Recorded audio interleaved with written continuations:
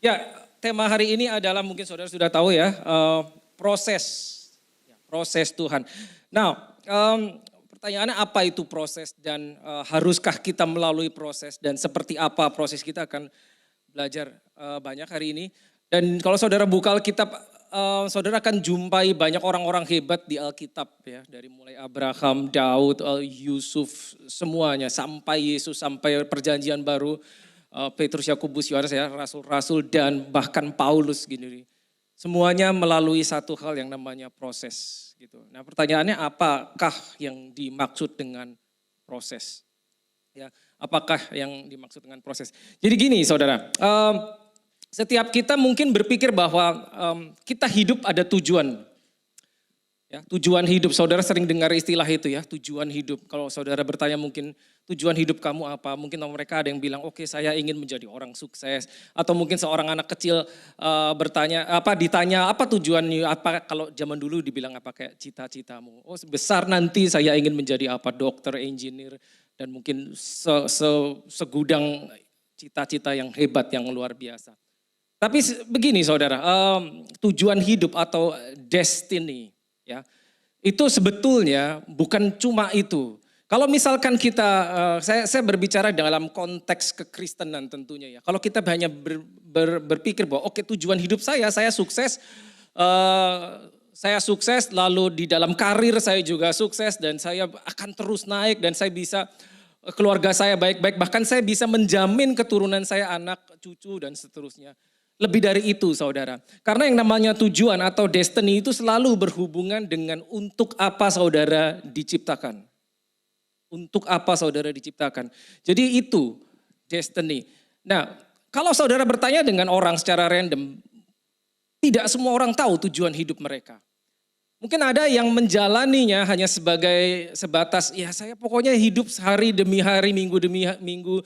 Yang penting semuanya baik-baik saja dan saya juga selalu ke gereja hari Minggu dan seterusnya seperti itu.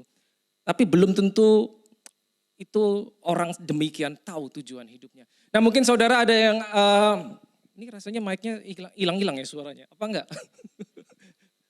Ya mungkin saudara ada yang di sini mungkin 3 bulan, 4 bulan lalu saya pernah cerita, saya pernah sharing tentang ada at least 5 poin jenis orang Kristen. Ada yang cuma ke gereja, yang penting ke gereja, saya nggak absen ke gereja, cukup baik toh.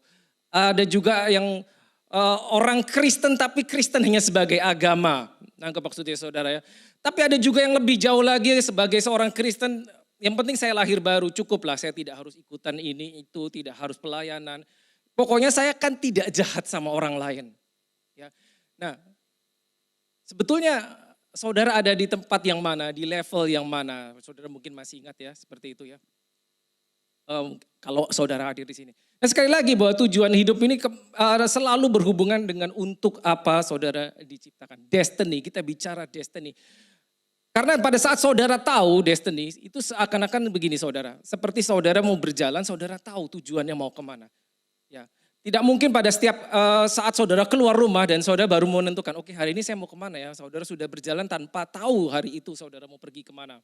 Ya mikrofonnya mati. Tapi nggak apa-apa selama saudara masih dengar. Jadi gitu saudara, sekali lagi destiny itu penting sekali. Jadi saudara harus tahu mau dibawa kemana hidupmu. Itu penting sekali. Sekali lagi bukan hanya hal-hal yang berkaitan dengan oke, saya mau sukses, saya mau jadi ini, saya mau jadi. Karena kalau cuma itu gak perlu Tuhan. Di luar sana banyak orang yang tidak mengenal Tuhan, mereka sukses. Bahkan bisa jauh lebih sukses. Nah, mungkin kita bicara saya orang baik karena saya orang Kristen. Tapi banyak juga bukan orang Kristen, mereka juga baik. Jadi tidak menjamin.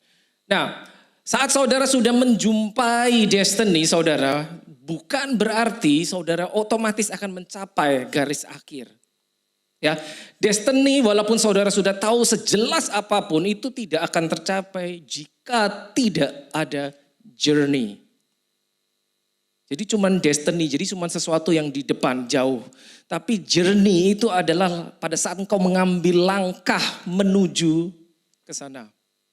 Ya. Tujuan gak akan tercapai jika tidak ada perjalanan. Nah di dalam perjalanan, di dalam journey kehidupan itu ada yang namanya musim kehidupan. Seperti kalau kita di sini ada 4 musim. Mungkin di Indonesia ada 2 musim. Nah musim ini kita harus masuk ke dalamnya. Dan kita tidak bisa mengendalikan musim, saudara. Bahkan secara natural kita tidak bisa mengendalikan. Mungkin saudara ada yang lebih suka, saya lebih suka summer. Pada saat saudara masuk ke winter, saudara tidak bisa berbuat apa-apa mengendalikan winter, mengubahnya menjadi summer. Kan tidak bisa. Yang bisa dilakukan hanya trust yourself.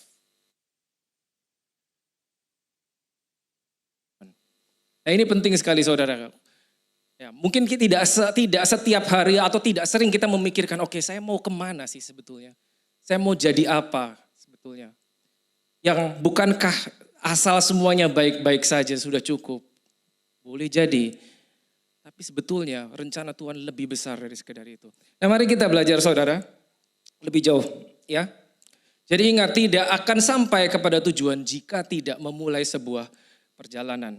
Nah di dalam season kehidupan, di dalam musim yang kita lalui, ya, itulah terjadi yang namanya proses. Nah what is a process? Proses adalah sesuatu yang Tuhan kerjakan atas hidup kita dalam konteks ya sesuai rencananya. Supaya kita mencapai garis akhir yang ditentukan Tuhan. Jadi kategori atau definisi sukses bukan pada saat kita mencapai level tertentu, kedudukan tertentu, atau kita memiliki aset tertentu, itu bukan kategori sukses. Kategori sukses ya, definisi sukses adalah jika rencana Tuhan itu terjadi atas dirimu. Itu sukses. Jika rencana Tuhan tergenapi atas dirimu.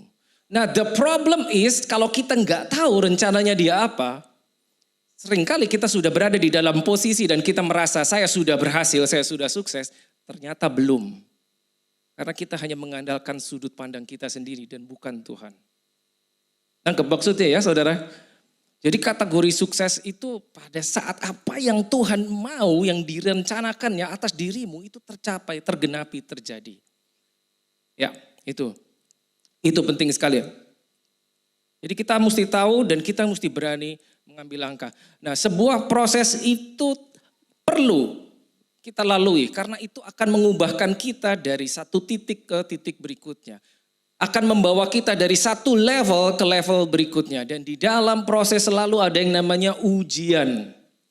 Kalau saya katakan tentang ujian, saudara pasti semua pernah mengalami yang namanya ujian. Ya.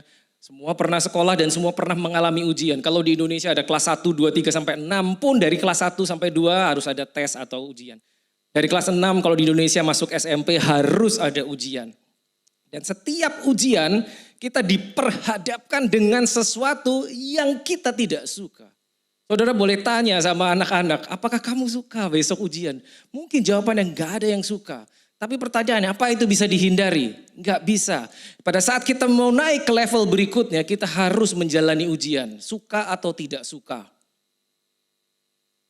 Cuma itu syaratnya jika kita mau go to the next level, harus melalui ujian.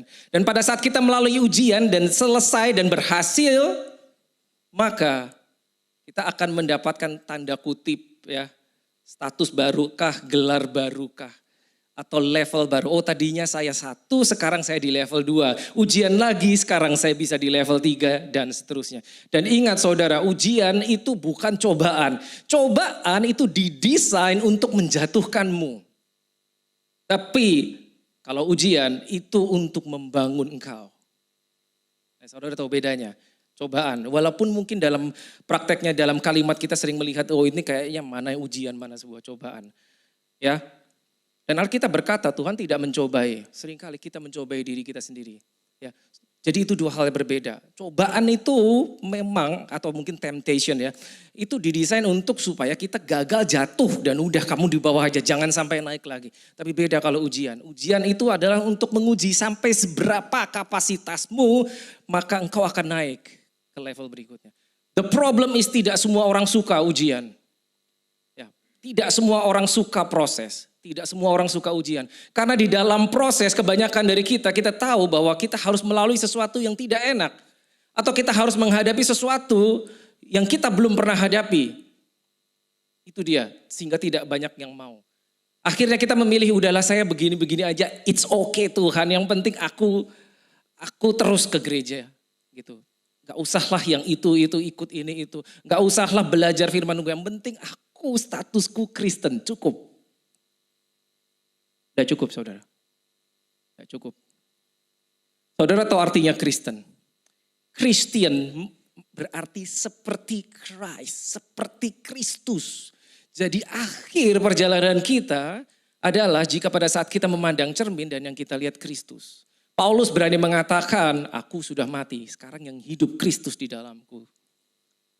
Dan itu adalah tujuan akhir. Nah, dan ingat, dalam proses ada ujian dan setiap ujian, ya, saudara menghadapi sesuatu atau menjalani sesuatu yang saudara belum pernah, atau mungkin yang kelihatan sulit, atau yang saudara tidak pahami. Dan ingat, setiap ujian, listen to this carefully, setiap ujian yang namanya guru selalu diam. Halo. Ya dong, pernah kan ngalamin ujian? Gurunya diam toh. Bener kan? Pada saat ujian. Nah saya percaya saudara, kita pernah mengalami saat-saat di mana rasanya berat hidup kita. Kita mengalami problem. Tapi where are you Lord? Di mana Tuhan? Kok kayaknya saya ditinggalkan? Mungkin itu adalah ujianmu. Maka gurumu diam. Ya enggak? Saudara ingat baik. Ya, kapan terakhir saudara ujian? Mungkin sudah puluhan tahun yang lalu. Kalau yang ikut SOM ya saudara tahulah. Ya, jadi pada saat ujian guru itu diam. Jadi wajar. Dan itu harus kita alami. Oke, sebelum saya lanjut, saya ada satu pertanyaan. Siapa yang mau diproses? Let me see your hands. Siapa yang mau diproses? Gak usah malu saudara. Siapa yang mau diproses? Oke, luar biasa. Kita lanjut ya. Kita akan belajar lebih lagi. Ya, ada kecenderungan kita, ya, secara umum sebagai manusia normal kita menghindari proses. Karena apa? Dalam saat kita masuk ke dalam proses, kita tahu kita harus melangkah dan kita harus meninggalkan sesuatu yang lama. Dan seringkali itu yang kita sukai, yang harus kita tinggalkan. Apa itu? Comfort zone. Comfort, pada saat kita sudah comfort, kita nggak mau pindah. Kita takut dengan perubahan. Manusia pada umumnya takut dengan perubahan. Gak enak berubah. Kenapa? Di situ ada yang namanya tanda kutip, saya gunakan misteri. Ya kalau bisa, kalau enggak gimana? Ya kalau nanti jadinya seperti yang saya harapkan, kalau enggak gimana? Jadi kita terus berpikir, ya enggak ya, bisa enggak ya? Gimana kalau saya maju ternyata saya enggak suka dan saya nanti enggak bisa balik lagi mundur. Dan itu terus berkecamuk dalam diri kita. Secara umum manusia normal kita tidak ingin berubah. Walaupun mungkin kita dikasih tahu kamu harus berubah, kamu harus tinggalkan yang ini, kamu harus ke sana karena di sini buruk, di sana baik. Udah dikasih tahu kayak apapun, suruh melangkah, belum tentu mau. Belum tentu mau. Gitu loh. Karena tahu ada challenge, ada rintangan-rintangan yang harus kita hadapi. Gitu loh. Nah, mungkin begini saudara, saya tidak tahu apa yang saudara alami. Kita menghadapi sesuatu yang berbeda. Yang kita hadapi problem kita beda-beda, rintangan kita beda-beda. Ada yang saya itu hidupnya susah banget, udah pokoknya struggle banget ya. Mau diuji kayak apa lagi sih Tuhan, udahlah udah. Tapi ada yang everything is okay, everything is good. Kelihatannya kok dia baik-baik aja Tuhan. Ya, everything smooth, semuanya normal, mulus-mulus saja buat orang itu. Dan kita nggak bisa melihat soal yang diberikan buat orang lain dan kita jadikan itu ujian kita, nggak bisa saudara. Nah, apa maksudnya? Setiap kita spesifik, kita akan diuji spesifik. Setiap kita, Tuhan punya rencana itu bisa spesifik saudara. Ya, apa yang Tuhan rencanakan, plan buat saya mungkin belum tentu sama dengan yang harus dijalani Pak Andri, Pak Yudi. Sehingga saya nggak bisa pada saat saya mengalami ujian, saya lihat apa sih jawabannya. Nggak bisa saudara, karena jawabannya akan beda. Kita akan tersesat, roadmap-nya itu beda. Roadmap-nya beda. Jadi gimana pada saat kita harus masuk ke dalam ujian? Lihat manual book-nya. Ini manual book-nya saudara. Bible, B-I-B-L-E. Basic. instruction before leaving earth. Bible. Ini manual booknya dikasih. Pada saat kita mengalami apapun juga, dan rasanya Tuhan menghilang dari peredaran, ini dia. Gitu loh. Saya yakin kita semua pernah mengalami itu ya. Berada dalam sulitan, tapi mana nih Tuhan kok nggak muncul-muncul. Saya udah doa 7 hari 7 malam, mungkin sudah doa puasa. Udah kelamaan Tuhan nunggu, tapi mana jawabannya? Gitu loh. Di situ kita akan diuji. Saya selalu menggunakan ilustrasi ini saudara. Setiap orang akan merasa dirinya baik. Tapi dari mana engkau tahu engkau baik jika engkau belum pernah diuji menjadi jahat? Halo? Dari mana engkau tahu engkau baik? Kalau engkau belum pernah diuji, mengalami situasi di mana ada kesempatan untuk jadi jahat, tapi kita tidak jadi jahat, kita tetap baik. Jika kau sudah mengalami itu, baru kita bisa bilang, wah saya baik. Apa maksudnya saudara? Setiap orang akan mengklaim dirinya baik. Setiap orang akan mengklaim, Tuhan engkaulah segalanya. Mungkin kita bisa nyanyi Tuhan engkaulah segalanya. Tapi dari mana kita tahu statement kita Tuhan engkaulah segalanya itu benar buat diri kita sendiri. Atau kita percaya sebelum kita diuji dan pernah mengalami situasi di mana kita tidak bisa mengandalkan siapapun apapun juga. Cuman satu Tuhan doang, tinggal sisanya cuman itu. Nangkap? Kita bisa dengan mudah bilang Tuhan engkau baik. Tapi kalau kita belum pernah mengalami situasi di mana dia menyatakan kebaikannya, maka itu semua cuma statement, saudara. Jadi alami apa yang kau percayai. Meskipun itu tidak enak. Dalam setiap proses, dalam setiap musim kehidupan kita, di dalam proses yang ada ujian tadi, itu seringkali dipakai Tuhan untuk supaya kita mengenal Dia. Atau kata lain yang lebih tepat, Dia memperkenalkan dirinya lebih dalam. Karena kalau seringkali kita cari Tuhan itu gak ketemu, kalau enggak Dia memperkenalkan dirinya. Itulah kesempatan di mana kita bisa tahu mengenal Tuhan. Makanya tadi saya bilang, kita harus ngalami, benarkah Tuhan itu segalanya? Dia yang mencukupi kebutuhanku, pernahkah kau ngalami? Dia yang selalu menolongku, pernahkah kau alami? Maka statement itu akan valid pada saat engkau sudah mengalami situasi tersebut, di mana engkau diuji atas imanmu, atas kepercayaanmu. Jadi pada dasarnya segala yang kita percayai, apapun yang kita percayai, meskipun kita mengutipnya dari Alkitab, itu harus diuji. Halo, harus diuji. Coba kita lihat di Alkitab. Siapa orang-orang hebat di Alkitab? Katakanlah Yusuf, saudara tahu semua cerita Yusuf. Kalau kita sebut satu nama Yusuf, mungkin yang pertama kali muncul di benak saudara apa? Yusuf, ya kan? Dia dibuang ke dalam sumur, dijual oleh saudaranya. Saudara tahu dalam cerita Yusuf, dia diberi mimpi oleh Tuhan bahwa dia akan menjadi seorang penguasa. Tapi berikutnya yang dialami apa? Dijual sebagai budak. Apa Tuhan salah? Enggak. Tapi itulah jalan yang harus dilaluinya. Dan benar-benar dia duduk sebagai penguasa. Pada saat dia usia 30, dia mendapat mimpi, dia usia 17. 13 tahun dia harus menunggu. 13 tahun sebagai budak, sebagai tawanan di negeri yang dia tidak tahu bahkan bahasanya. Bayangkan saudara, itu yang harus dialami. Dia punya 1001 macam alasan untuk udahlah gak usah Tuhan-Tuhanan lagi, udahlah gak usah. Buktinya mana mimpi Tuhan, mana janjimu Tuhan, mana aku malah masuk liang tutupan, malah aku di penjara, malah aku jadi budak. Udahlah lupakan Tuhan-Tuhanan. Daud mengalami proses. Dia diurapi oleh Nabi Samuel untuk menjadi raja Israel menggantikan Saul. Saudara tahu ceritanya. Dia masih belasan tahun, mungkin 17 tahun juga 18 tahun. Tapi apa berikutnya yang dia hadapi? Goliat. Dia duduk di tahta Israel saat dia usia 30 tahun. Lagi-lagi 13 tahun, sekitar 13-14 tahun dia harus menanti. Apa yang dialami dia? Dikejar-kejar, perang, mau dibunuh, dan seterusnya. Sampai akhirnya dia duduk di atas tahta sebagai raja. Jadi ada waktu proses. Processing time itu ada. Itu yang dialami.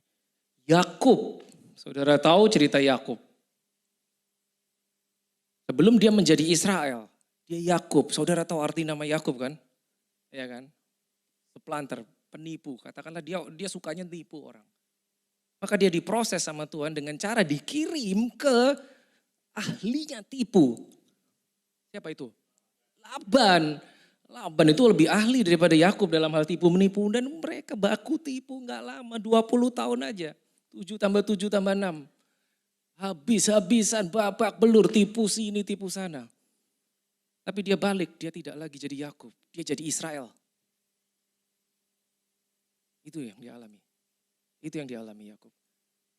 Musa, saudara tahu cerita Musa. Ya, begitu kita dengar Musa, yang pertama akan muncul adalah laut terbelah. Ya, Musa. Tapi siapa Musa? Siapakah Musa? Saat dia umur 40 tahun, hidupnya sukses, dia punya segalanya. Dia adalah cucu raja, cucunya Firaun. Jadi dia pasti punya kedudukan tinggi di dalam pemerintahan. Dia mengalami, telah menjalani pendidikan, bahkan di dunia bisnis saat itu, mungkin dalam hal sains, dalam hal militer, dia tahu semuanya. Dia punya kedudukan. Dalam satu hari dia berubah jadi buronan dan harus melarikan diri ke tanah Midian, ke tanah antah berantah. Selama 40 tahun dia jadi buronan. Bayangkan, usia 40 tahun dia lari ke tanah Midian. Di sana dia harus spend another 40 years, 40 tahun lagi.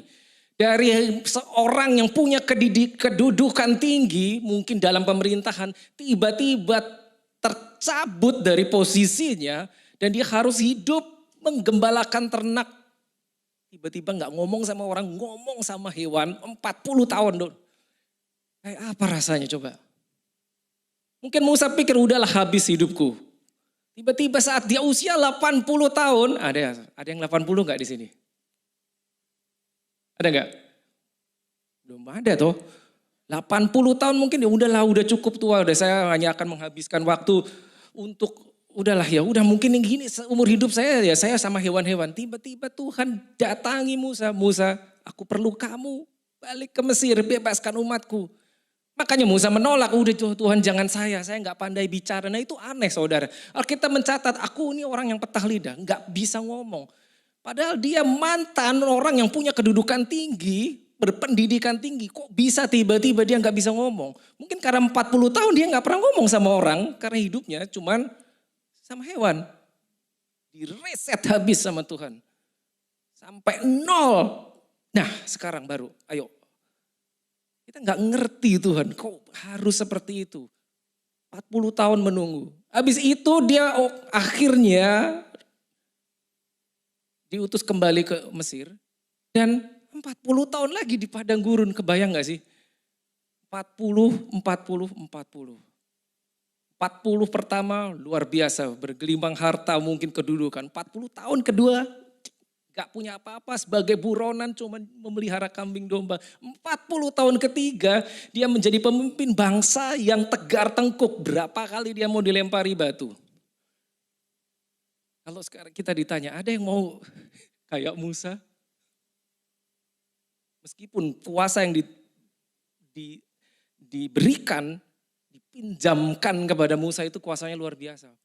Laut terbuka. 10 tulah di Mesir habis sudah semua orang. Dewa-dewa Mesir habis semua bertekuk lutut. Lewat tongkat doang. Bayangkan saudara. Bahkan Yesus kalau kita lihat. Dia diproses toh. Yesus lahir sudah sebagai Tuhan. Tapi karena dia harus melakukan pelayanan di bumi sebagai manusia. Alkitab mengatakan the son of man, meskipun dia the son of God, maka sebagai the son of man yang juga punya daging dan punya jiwa, punya keinginan, perasaan dan kehendak, itu harus diuji dulu. Makanya begitu dia dibaptis, dia keluar dari air, Roh Kudus turun, diurapi. Ya, berikutnya apa? Dia harus masuk ke padang gurun 40 hari berpuasa. Untuk menguji supaya dagingnya nggak ikut-ikutan, supaya jiwanya tunduk. Karena dia manusia benar, manusia biasa, the son of man, dia harus mengalami itu. Ujian seperti itu. Dan ujian akhirnya yang dialami Yesus. Nah kita tahu dalam ujian, dalam perjalanan hidup kita ada beberapa ujian, gak cuma satu saudara. Di tengah-tengah semester mungkin ada ujian dan ada ujian akhir pada saat saudara sebelum diwisuda, katakanlah itu ujian akhir. Yesus mengalami itu, ujian akhirnya adalah pada saat dia disalib. Ada orang bilang kalau engkau anak Allah turun dari salib dong, selamatkan dirimu. Dia bisa turun, bisa. Dia punya rasa, punya pikiran, punya kehendak manusia. Tapi dia nggak mau pakai itu. Itu ujian buat dia. Bagaimana dengan kita? Ujian apa yang harus kita lalui? Nah, kita akan lihat satu orang hebat, namanya Abraham. Kalau saudara buka di Alkitab, mari kita buka di Kejadian 12. Ya, dari tadi belum buka ayat. Kejadian 12 ayat 1. Saudara tahulah ceritanya Abraham. Kalau kita dengar nama Abraham, dia sampai dibilang mendapat julukan atau mendapat predikat friend of God, teman Tuhan. Atau dikatakan bapa segala orang beriman. Kita lihat kayak apa iman orang ini. Apa ujian yang pernah dialami Abraham? Kita belajar sesuatu dari dia, akan belajar sesuatu dari dia. Seperti apa? Apakah mulus? Apakah dia jatuh? Apakah sekali jatuh apa dua kali? Kita lihat. Kejadian 12 ayat 1. Ya. Sudah ada. Oke, berfirmanlah Tuhan kepada Abram, waktu itu namanya masih Abram ya. Pergilah dari negerimu dan dari sanak saudaramu dan dari rumah bapamu ke negeri yang akan kutunjukkan kepadamu. Stop dulu sampai situ. Kalau saudara tiba-tiba Tuhan datang, aku mau punya rencana atas hidupmu, tapi kamu keluar, pergi. Berani enggak? Gak berani. Gak berani, saya jujur, saya gak berani saudara. Ini orang luar biasa. Biasanya kalau ada orang ngajak kita mesti tanya atau kemana. Bener gak sih? Ini dia enggak. Ada negeri yang kuberikan kepadamu. Tapi kamu keluar. Dia keluar. Ayat berikutnya, boleh? Ayat berikutnya, next. Aku akan membuat engkau menjadi bangsa yang besar dan memberkati engkau serta membuat namamu masyhur dan engkau akan menjadi berkat. Perhatikan baik-baik. Apa ini? Janji. Disuruh keluar, terus dijanjikan sesuatu. Tapi itu baru janji, dia nggak pegang apa-apa, nggak pegang bukti. Abraham nggak tanya, Tuhan tahu dari mana engkau nggak lupa dengan janjimu. Nggak, cuman janji. Saya tanya saudara, aku akan membuat engkau menjadi bangsa yang besar dan memberkati engkau. Aku akan membuat engkau jadi bangsa yang besar dan akan memberkati engkau. Menarik nggak? Buat beberapa orang menarik, tapi saya nggak minat tuh jadi bangsa yang besar. Berkat saya mau. Loh ini, aku akan membuat engkau menjadi bangsa yang besar dan memberkati engkau. Oke lah Tuhan. Serta membuat namamu masyhur. Engkau mau namamu masyhur? Beberapa orang gak suka. Tapi ini janji saudara. Dan engkau akan menjadi berkat. Bukan cuma aku akan memberkati engkau, tapi bagian akhir jangan lupa. Engkau akan menjadi berkat. Next, boleh? Aku akan memberkati orang yang memberkati engkau, ini luar biasa. Dan mengutuk orang yang mengutuk engkau, dan olehmu semua kaum di muka bumi akan mendapat berkat. This is amazing. Janji, baru janji. Baru janji, yang janjikan Tuhan. Next. Lalu pergilah Abraham seperti yang difirmankan Tuhan. Jadi dia nurut, dia gak tahu. Cuman dijanjikan sesuatu, tapi dia nurut. Dan Lot pun ikut bersama-sama dengan dia. Lot itu ponakannya. Dan sayangnya Tuhan gak pernah suruh kamu ajak Lot. Gak pernah. Tapi dia ngajak. Abraham berumur berapa saudara? 75 tahun. Nah saudara bayangkan ada yang 75 tahun di sini. Tiba-tiba saudara mungkin merasa, udahlah saya udah cukup Tuhan. Umur saya udah banyak. No. Yang berhak menentukan cukup itu yang pabrikmu. Yang menciptakan engkau, bukan kita. Udah Tuhan, saya udah ketuaan. No. Musa 80 tahun baru start. Abraham 75 tahun baru start. Halo. Jadi jangan kaget kalau tiba-tiba, berapapun usiamu, Tuhan datang dan membawa sesuatu, plan yang baru. Sebuah journey yang baru. Tapi terserah. Kita mau yes atau Gak usah Tuhan, yang lain aja, orang lain saja. Saya udah capek Tuhan, saya udah ketuaan. Kita memandang diri kita itu secara natural, tidak dengan Tuhan. Tidak dengan Tuhan, saudara. Makanya tadi saya bilang, mungkin kita menjalani hidup kita, ya udahlah, pokoknya everything's good, udahlah, saya percaya Tuhan, udahlah. Cukupkan Tuhan? Mungkin bagi kita cukup. Tapi jangan kaget kalau tiba-tiba Tuhan punya sesuatu yang besar untuk kau lakukan. Dan dia perlu pertolonganmu, saya pakai kata pertolonganmu. Apa iya Tuhan masih butuh pertolongan manusia? Yes, saat dia mau melakukan sesuatu di bumi, dia cari orang bumi. Bukan dia kirim orang dari surga yang berbentuk malaikat. No, dia cari orang bumi. Lalu diberi promise, janji. Itu Tuhan. Kejadian 12 ayat, ya. Dan saudara tahu 75 tahun dia start, lalu dia berjalan keliling-keliling. Karena gak dikasih tahu tujuannya kemana. Dan selama dia berjalan Tuhan memperbarui janjinya beberapa kali dan menambahi item di dalam janji-janjinya. Apa itu? Apa itu yang Tuhan ajarkan kepada Abraham? Kejadian 13 ayat 14, mari.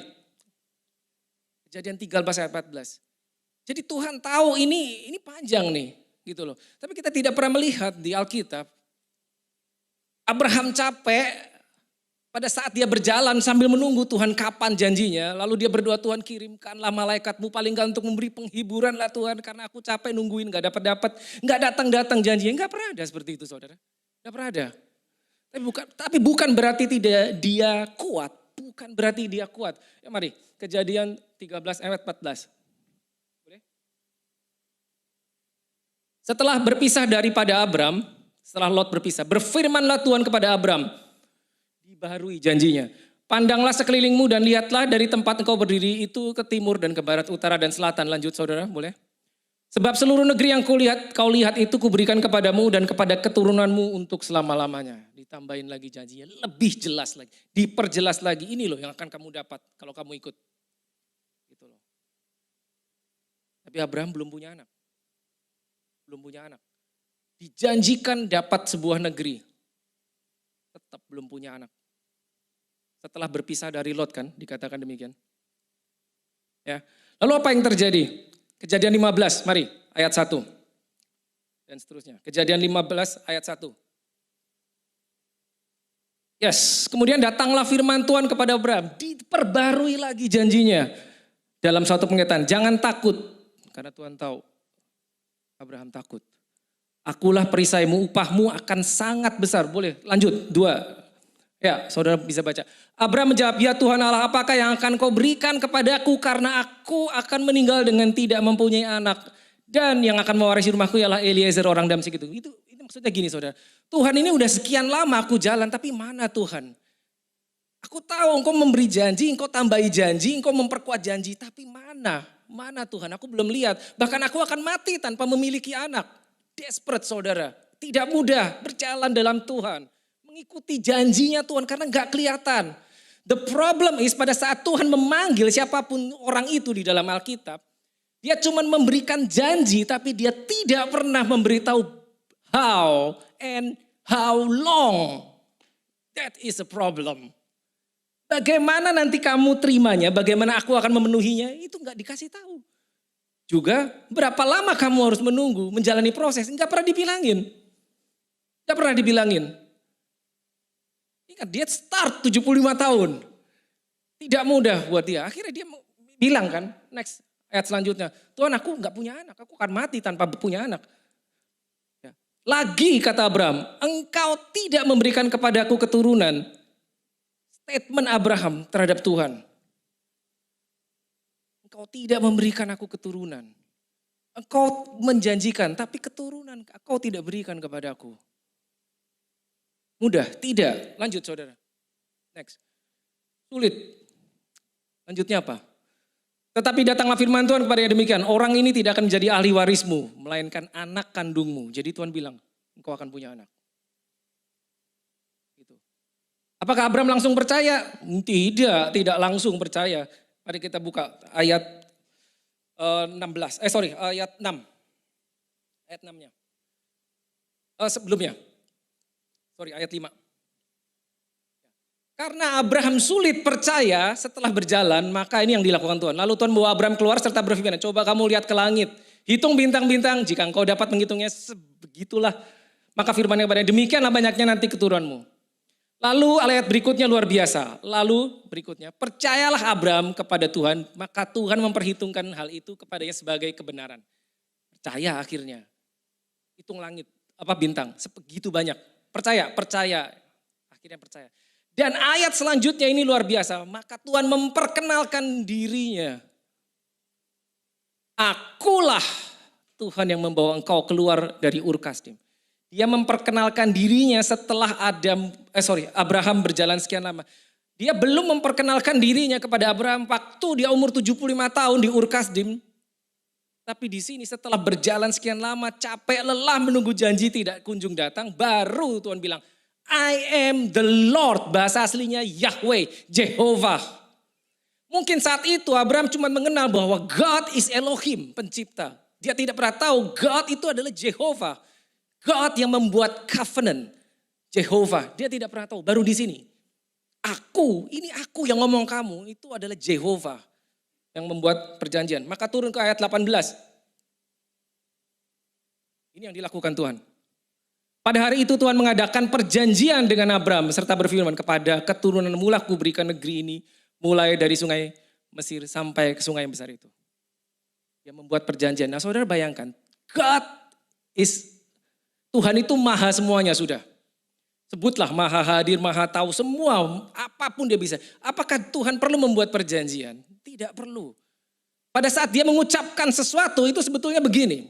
Pada saat Allah Bapa berfirman, itu istilahnya aku pokoknya ngomong, kamu percaya apa enggak itu terserah engkau.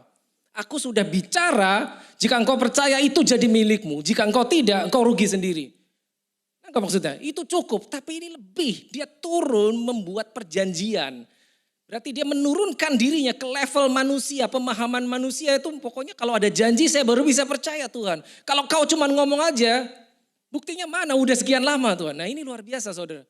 Jadi Allah menurunkan diri ke level manusia, membuat perjanjian. Abraham sudah percaya kan tadi ya. Nah apa habis itu mulus? Percaya imannya luar biasa. Enggak saudara, belum. Saking lamanya menunggu, menjalani proses, lelah. Sehingga apa yang terjadi di Kejadian 16, ini yang bikin masalah sampai sekarang. Kejadian 16, mari ayat 1. Ini problem. Sampai sekarang kita mengalami problem ini, gara-gara ini. Boleh? Nah, adapun Sarah istri Abraham itu tidak beranak, ia mempunyai seorang hamba perempuan orang Mesir, Hagar namanya. Next, ayat 2. Berkatalah Sarah kepada Abraham, engkau tahu, ini statement manusia. Padahal Tuhan baru saja membuat perjanjian sama Abraham. Tapi istrinya bilang, Tuhan tidak memberi aku melahirkan anak. Barusan Tuhan udah ngomong sama Abraham, kamu akan punya anak sebanyak itu bintang. Tapi yang ngomong istrinya. Abraham percaya kan tadi, tapi begitu istri yang ngomong. Coba lihat. Karena itu baiklah hampir hambaku itu mungkin lagi, bukan pasti, masih mungkin. Mungkin oleh dialah aku dapat memperoleh seorang anak. Dan Abraham mendengarkan Tuhan. Mendengarkan. Lalu.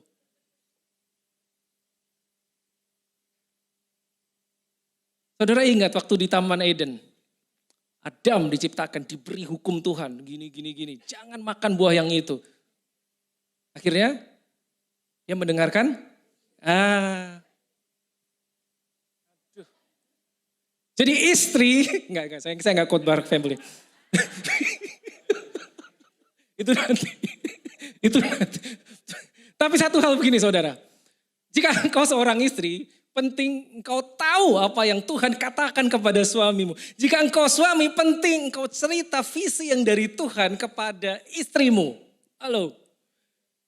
Sehingga apa yang keluar dari mulutmu dan dari istrimu itu sama. Jangan sampai begini. Ini ayat sebelumnya baru tuh dia percaya sama Tuhan. Tiba-tiba istrinya ngomong lebih kuat atau mungkin that's a good idea. Maka Abraham mendengarkan perkataan istrinya dan lahirlah Ismail. Kita tahu saat kejadian ini Abraham berusia 86 tahun. 85 tentunya, karena tahun berikutnya Ismail lahir. 86 tahun. Nah bayangkan, udah berapa tahun dia jalan? Dari umur 75, umur 86 lahir anaknya Ismail. Berapa tahun? 11 tahun. 11 tahun menanti, akhirnya dapat anak. Dapat toh? Dapat. Ismail dapat anak. Lalu Abraham, Ismail semakin besar, semakin besar, semakin besar. Dan mari kita buka. Nah kali ini saya minta saudara ambil handphone saudara dan buka digital Bible saudara. Karena saya mau menunjukkan bahwa itu adalah ayat terakhir dari Kejadian 16. Ayat terakhir dari Kejadian 16. Pastikan saudara lihat, itu ayat terakhir. Kejadian 16 ayat terakhir, boleh.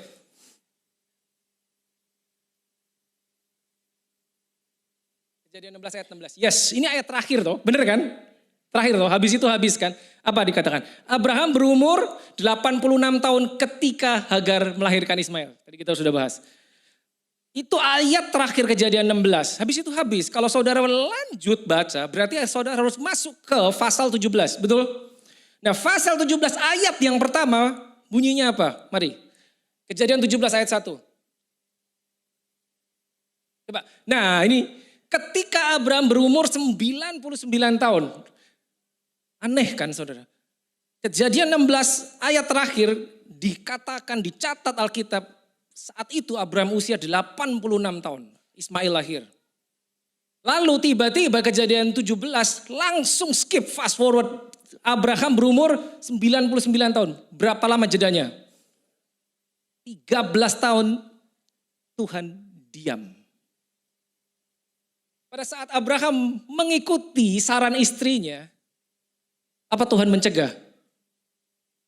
Tidak. Tuhan tahu bukan ini rencanaku. Tapi tidak dicegah sama Tuhan. Saudara tahu kenapa? Kalau mau tahu ikut som.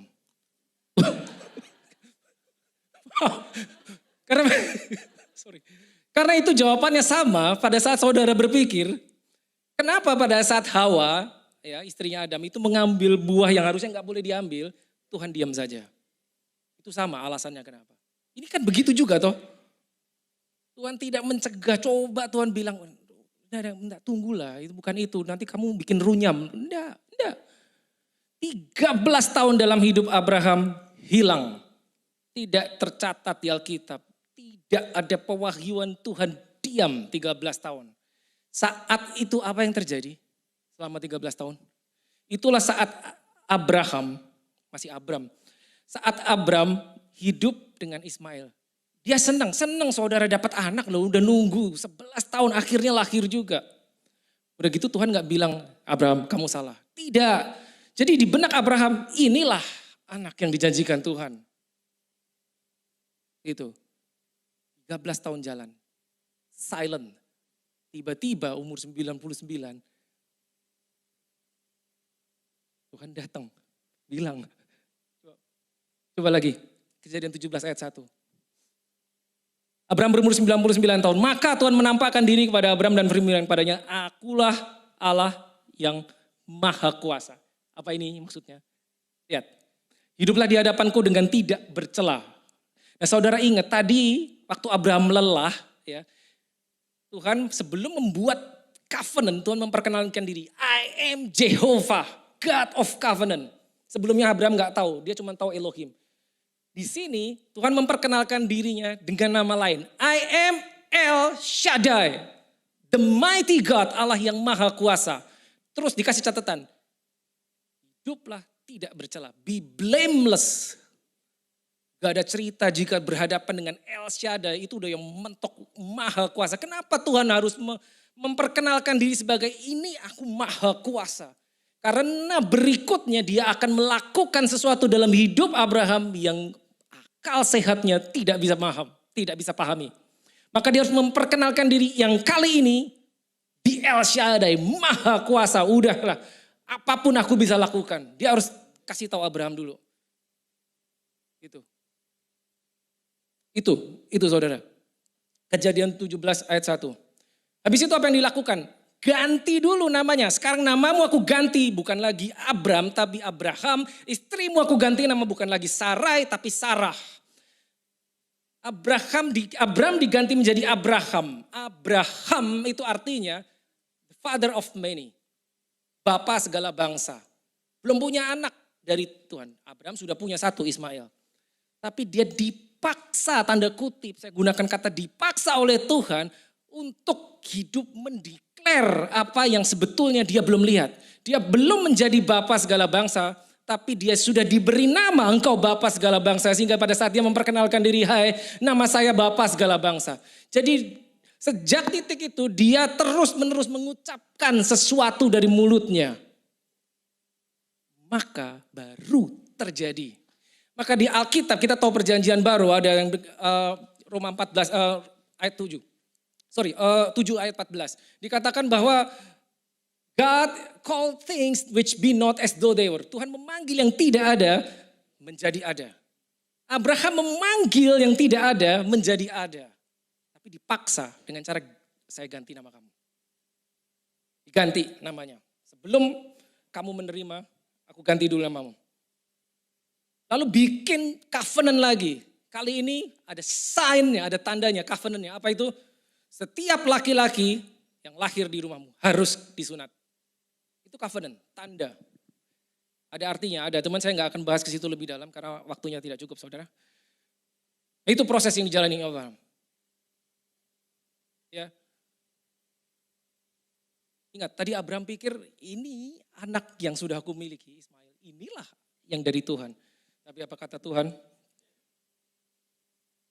Mari kita lihat. Kejadian 17 ayat 16. Boleh. Kejadian 17 ayat 16. Aku akan memberkatinya dan daripadanya juga aku akan memberikan kepadamu seorang anak laki-laki. Bahkan aku akan memberkatinya sehingga ia menjadi ibu bangsa-bangsa. Tuhan berbicara tentang Sarah, istrinya. Nah, tapi, sebentar saudara, saya buka Alkitab saya. Lebih gampang pakai Alkitab yang dari kertas. Nah, Tuhan bilang, kamu akan punya anak dari Sarah. Sudah diganti nama kan, bukan lagi Sarah. Kamu akan punya anak dari Sarah. Abraham berpikir Ismail itu adalah anak perjanjian. Tapi Tuhan bilang bukan itu. Abraham langsung percaya, tidak. Abraham melakukan sebuah negosiasi. Mari kita buka Kejadian 17 ayat 18. 17 ayat 18.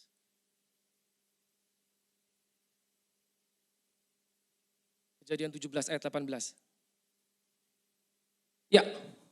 Dan Abraham berkata kepada Allah, sekiranya Ismail diperkenankan hidup di hadapanmu. Maksudnya apa? Tuhan, ini cukup yang ini buatku. Saya sudah punya anak Tuhan. Umurnya sudah 13 tahun. Cukup Tuhan, udahlah Tuhan. Gak usah repot-repot kasih saya anak perjanjian. Yang ini saja Tuhan. Tapi Tuhan bilang, no, bukan yang itu. Yang dari Sarah. Lihat. Abraham udah percaya, sudah mengikatkan diri Allah dengan Abraham dalam perjanjian. Tapi dia masih menggunakan pola pikir manusia. Yang ini aja Tuhan. Oke, forget about another child. Oke, this is enough Lord. Ismail aja. Biarlah dia hidup berkenan di hadapanmu. Nah, gak maksudnya saudara? Jadi kita tahu 13 tahun tidak terjadi sesuatu. Nah, lalu apa hubungannya sama kita? Saat kita, nah ini penting. Saat kita berjalan di luar agendanya Tuhan, saudara tahu kita punya agenda toh, setiap kita punya planning. Tahun depan saya mau ngapain, 5 tahun lagi saya mau ngapain. Tapi pada saat engkau membuat planning, satu hal saudara ingat. Apakah agendamu pada saat engkau mengeset kalendermu untuk tahun depan, 5 tahun mendatang. Apakah planning kita itu ada kaitannya dengan kekekalan? Apakah itu ada kaitannya dengan rencana Tuhan? Apakah itu hanya kehendak kita? Kok susah amat? Lah, ini kan Alkitab yang ngajarin. Pada saat kita berdoa kita bisa ngomong, Tuhan biar kehendakmu jadi. Tapi pada saat kita action, Tuhan kehendakku ya. Halo. 13 tahun saat Abraham hidup dengan Ismail. Kalendernya berhenti. Itu terjadi sama Abraham. Bisa terjadi sama kita, bisa. Tidak dihitung sama Tuhan. Tuhan diam. Tuhan muncul Abraham umur 99 hanya untuk ngasih tahu Abraham, ternyata yang 13 tahun itu aku nggak hitung loh. Emang enak digituin. Halo. 13 tahun diam, tiba-tiba 13 tahun kemudian Tuhan bilang bukan yang itu, bukan yang itu. Aduh, kayak apa hatinya. Dan dia sudah sangat mencintai anaknya. Apalagi saat anaknya ini harus diusir. Saya nggak ada waktu untuk detail. Tapi itu yang terjadi. Ingat saudara, proses yang dialami begitu rupa. Dan kita tahu ujian akhirnya Abraham, yaitu pada saat Tuhan bilang, Ismail sudah tidak ada ya, sudah diusir, tinggal Ishak. Ambil Ishak, korbankan buat aku. Itu ujian akhirnya Abraham. Dan kita semua tahu ceritanya, akhirnya Ishak selamat.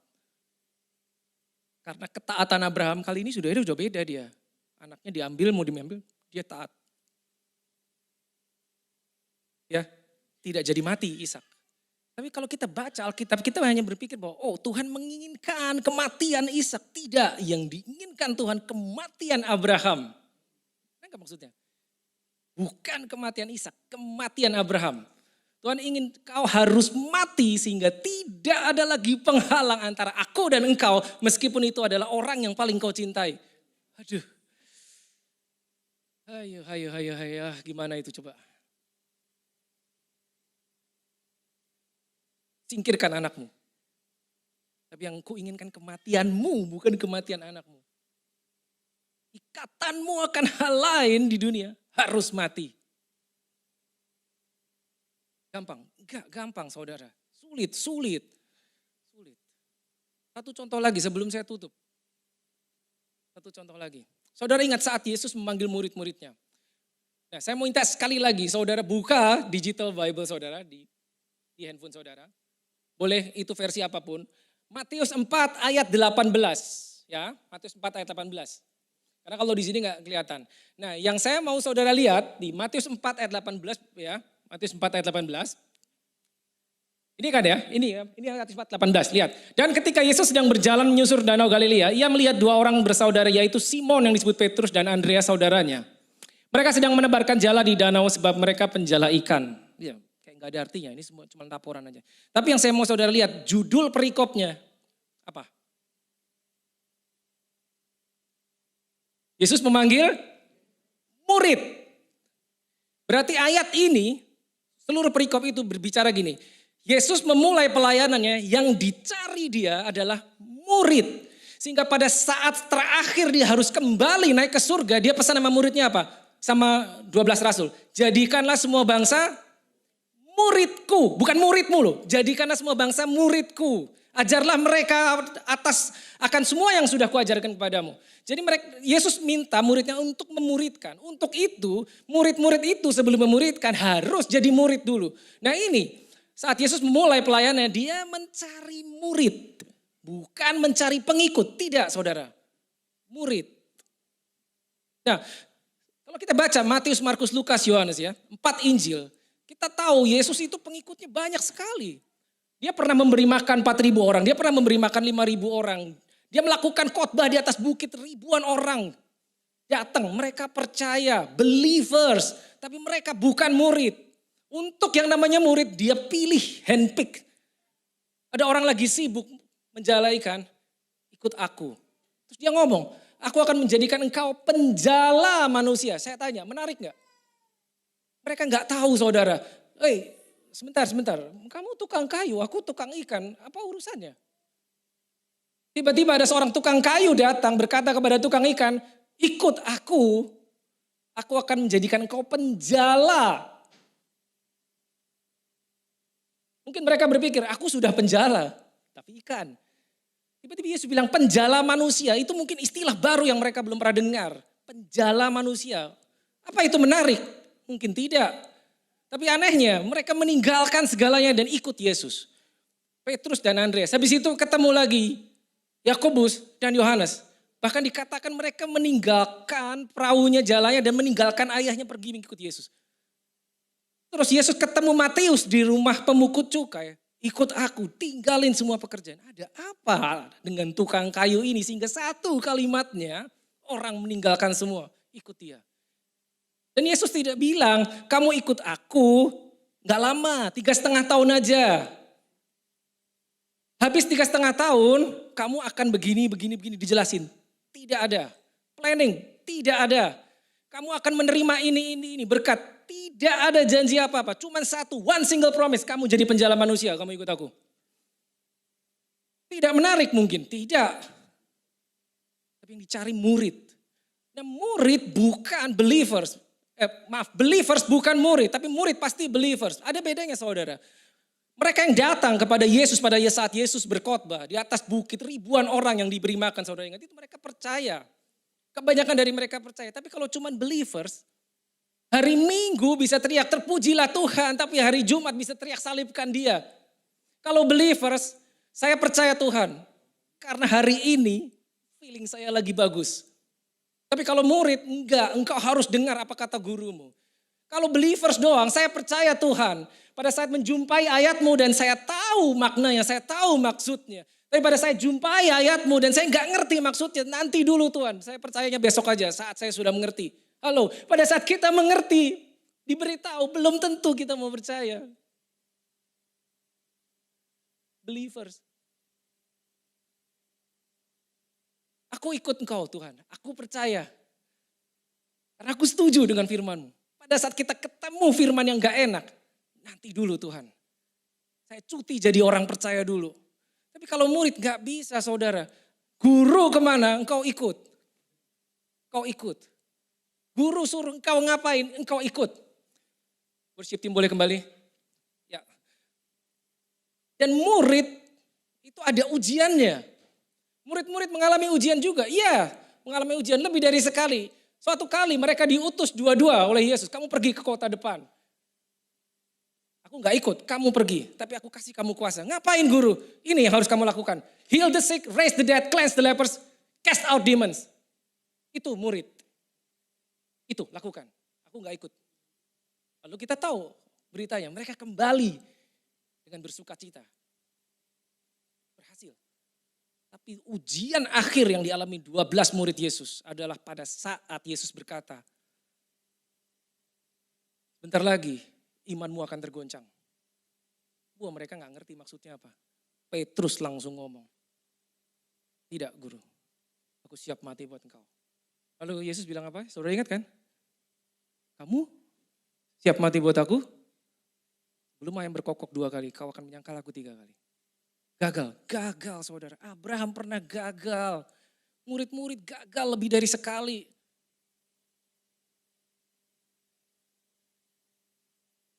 Tapi yang dicari Yesus murid. Murid itu kaitannya sama guru. Murid itu apa yang guru ngomong, dia harus setuju. Murid itu ada sesuatu yang dia harus pelajari. Ada sesuatu yang dia harus hafalkan, ada sesuatu yang dia harus lakukan. Hasil akhirnya adalah semirip mungkin dengan gurunya. Itu murid. Kalau believers doang, kalau cuman believers doang, Yakobus 2 ayat 19. Yakobus 2 ayat 19. Kalau cuman believers doang, Yakobus 2 ayat 19. Engkau percaya bahwa hanya ada satu Allah saja. Itu baik, tetapi setan-setan juga percaya dan mereka gemetar. Setan juga percaya. There is God. Setan juga percaya. Dan mereka gemetar. Believers, setan juga percaya saudara kalau cuma sampai situ levelnya. Engkau dipanggil untuk jadi murid. Supaya engkau seperti gurumu. Christian seperti saya bilang. Menjadi seperti Kristus. One last question. Siapa mau? Tuhan gak akan bilang siapa berani. Siapa yang mau? Karena dia takut. Dia tahu kita takut. Maka dia datang bilang jangan takut. Siapa yang mau? Mari. Angkat tangan semua. Malaikat mencatat namamu. Engkau dikelilingi dengan saksi-saksi. Para malaikat melihat siapa yang tangan terangkat saat ini. Father in Jesus name. Kau lihat tangan-tangan yang terangkat di atasmu. Mereka berkata, aku mau Tuhan. Yes, thank you. Yes, itu engkau. Mungkin mereka akan mengalami hal-hal yang luar biasa. Let us pray. Mungkin yang di depan tidak mudah. Mungkin yang di depan sulit. But that's all you need to know. Aku mau Tuhan. Bukan aku bisa, aku berani. Tidak, bukan itu. Aku mau. Cuma itu yang Tuhan perlu. Meskipun Tuhan gak bilang berapa lama kamu harus alami. Tapi itu cukup buat dia. Aku mau Tuhan. Seperti engkau.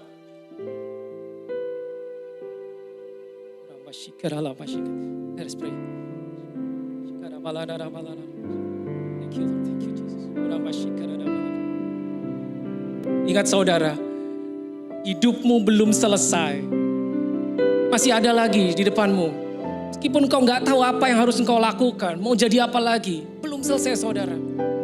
Sampai penciptamu mengatakan, it is done. Sampai penciptamu bilang selesai. Itu baru selesai. Sekarang belum selesai. Berapapun usiamu. Belum selesai saudara. Belum selesai. Masih ada lagi tahap berikutnya. Tapi dia tidak akan memaksa. Dia tahu kita gak sanggup. Dia tahu kita khawatir. Dia tahu kita takut. Dia cuma butuh hatimu. Oh thank you.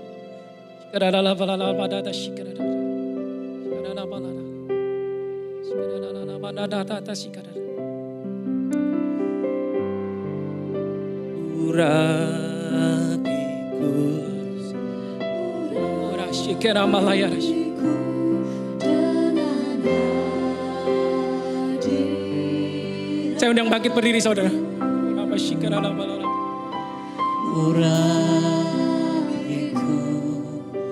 Urapiku dengan minyak kudus. More, come on, a bit more. Penuhiku dengan hadiratmu.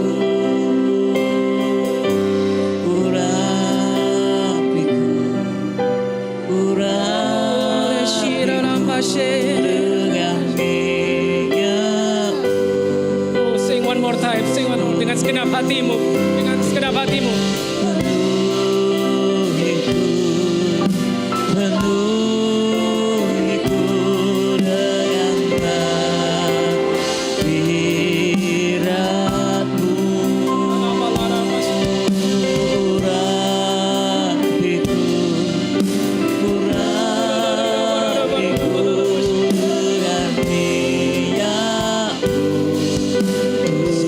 Sekali lagi dengan segenap hati. Oh come on. Tuhan ini anak-anakmu Tuhan. Di hadapanmu Tuhan dengan saksi-saksi para malaikat mereka menyatakan. Ini aku Tuhan, ini aku Tuhan. Kau dah masih kira lara masih kira.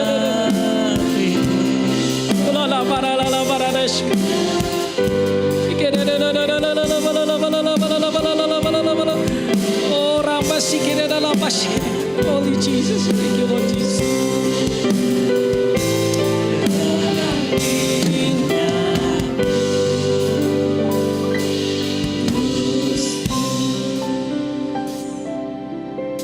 Mari saudara angkat kedua tanganmu. Kita tutup ibadah. Bapa lihat, engkau lihat tangan-tangan yang terangkat di hadapanmu. Mereka orang-orang yang mengambil keputusan. Bukan karena keberanian, tapi karena percaya. Mereka tidak lihat Tuhan, tapi mereka percaya.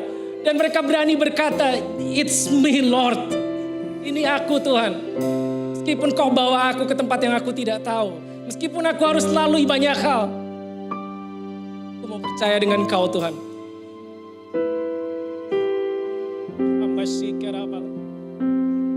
Tangan-tangan yang terangkat.